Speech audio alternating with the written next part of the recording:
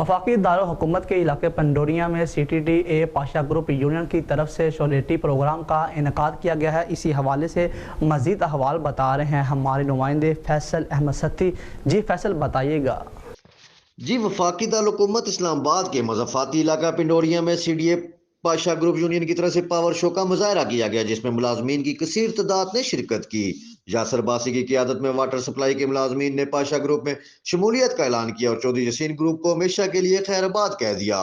तकरीब में CDA employees union Pasha group की जानिब से general secretary Izzat Kamal Pasha, chairman Raja Sagar Abbasi, vice chairman Raja Arshad, senior deputy general secretary Zulfiqar Abbasi, senior vice chairman Iftikhar Nasir, Raja Shahbaz Kiani, coordinator Veer औसबर इमाम और तमाम मरकजी उहदेदारान और वार्डी मेंबरान ने शिरकत की। सजादा नशीन दरबार आलिया बर इमाम सरकार और जानशीन दरबार आलिया रत्ते उत्तर पीर सैयद मोहम्मद अली जिलानी, जनरल सेक्रेटरी इज्जत कमाल पाशा का जलसागाह में पुरतपाक इस्तकबाल किया गया। इस मौके पर इज्जत कमाल पाशा ने कहा है कि इंशाअल्लाह CDA मुलाजमीन को तारीखी काम करके दिखाएंगे।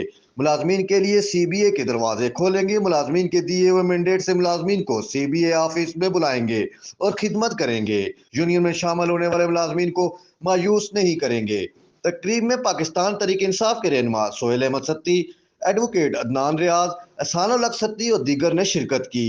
इस मौके पर जनरल सेक्रेटरी पाशा ग्रुप इज्जत कमाल पाशा ने तमाम शुरका का शुक्रिया अदा किया।